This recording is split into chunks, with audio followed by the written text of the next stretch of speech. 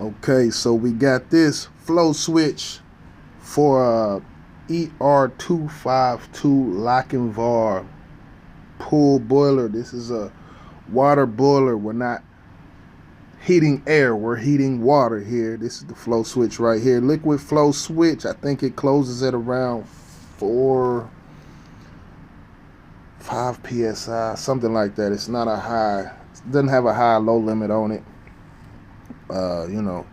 It's kind of my day off. That's why you see the slides there. Shut down the circulation pump on the left, the circulation pump on the right. You got the booster pump that comes on. We actually run it 24/7, not 24/7, but during our days of operation. This is the ER-252. As you see, it has a auxiliary device 1 open lockout code. If you look at the thing, it would show you, if you look at the diagram, it will show you all of the safety switches that keep it from running, and that's one right there that I pointed at on that left pipe. You see that right there? I got the identical already, so we're going to replace that. We turned it off. Whenever I jumped out this flow switch, which you see the water pressure device right there, I'm a little confused as to if auxiliary device is the flow switch, because it has water pressure switch as well.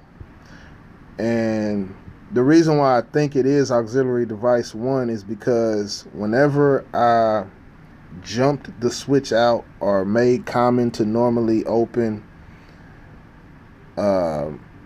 the thing started up and the code went away. So I bought the part, $300 something to replace it. Turned off the booster pump, circulation pump, and the chemical feeder pump. All 3 of those have been turned off. I'm trying to talk through this real fast because I was talking at the time, but you couldn't hear it because all of the motors running around me. So I'm doing a voiceover. So you got a supply and the output. You can see by the arrow right there, that's the output. Pretty straightforward unit. I actually like these Lochinvar boilers because they tell you what's wrong with them. You just got to figure it out as far as the sequence of operations. So I closed off one side, valved off both sides. One of them actually didn't close all the way, which I just found that out. But that's the old flow switch right there. It's got normally open with the white wire, and whoever put that on there is ridiculous. That should not have been put on there like that. Black wire looks better, but we're gonna put some little fittings on there to make that a tighter connection. Got it off right there. That's my new one right there. Just got to remember where to put the wires. Only 2 wires. It just closes the circuit. It's a safety device. Unscrew it. Thought I had it drained, but there was some water in there, but not that much water because it's just what was left in the pipe. So throw a towel down. Go ahead and take it out. So went ahead, took it out. That's the new one that you see, and that's the fitting I'm talking about. That I'm gonna put on there to get that connection.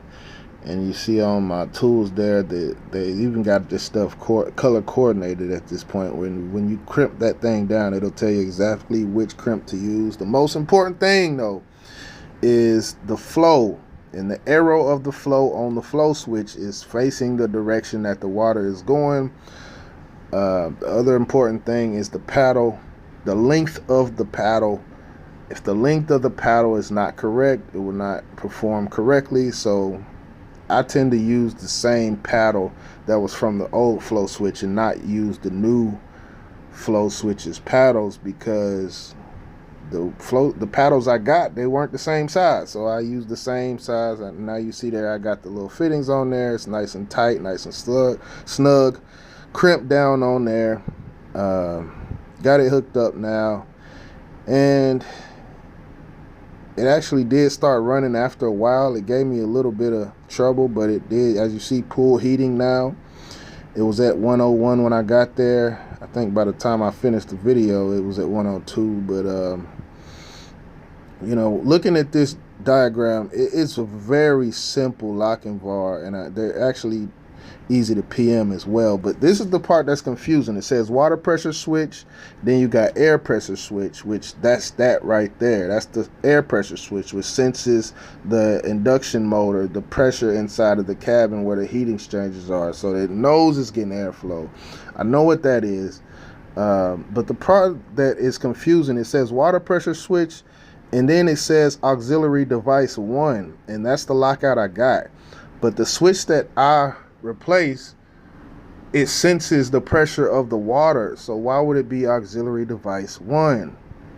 That is water pressure switch and auxiliary device 1. It almost makes me think it's the same thing, but I don't know, because that's the code I got, which I don't know if this really fixed the problem or not. I'm gonna figure out, I'm gonna know in due time. I will know. And if it is not auxiliary device 1, then I will have to try this sensor here, which is a inlet sensor or outlet sensor, no, inlet, and then I got a high limit sensor on there as well, and I'll have to kind of go to those other things because it kind of threw me for a loop. But you see that thing burning through that sight glass. That's what we want to see. We want to stay in operation. This is general maintenance is what I do, but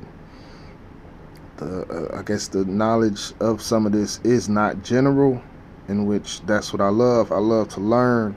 I knew nothing about this unit when I started working here. I've been working here almost 10 years, and I've learned a ton just from reading error codes in Google. So see, my pressure there is about 6 psi.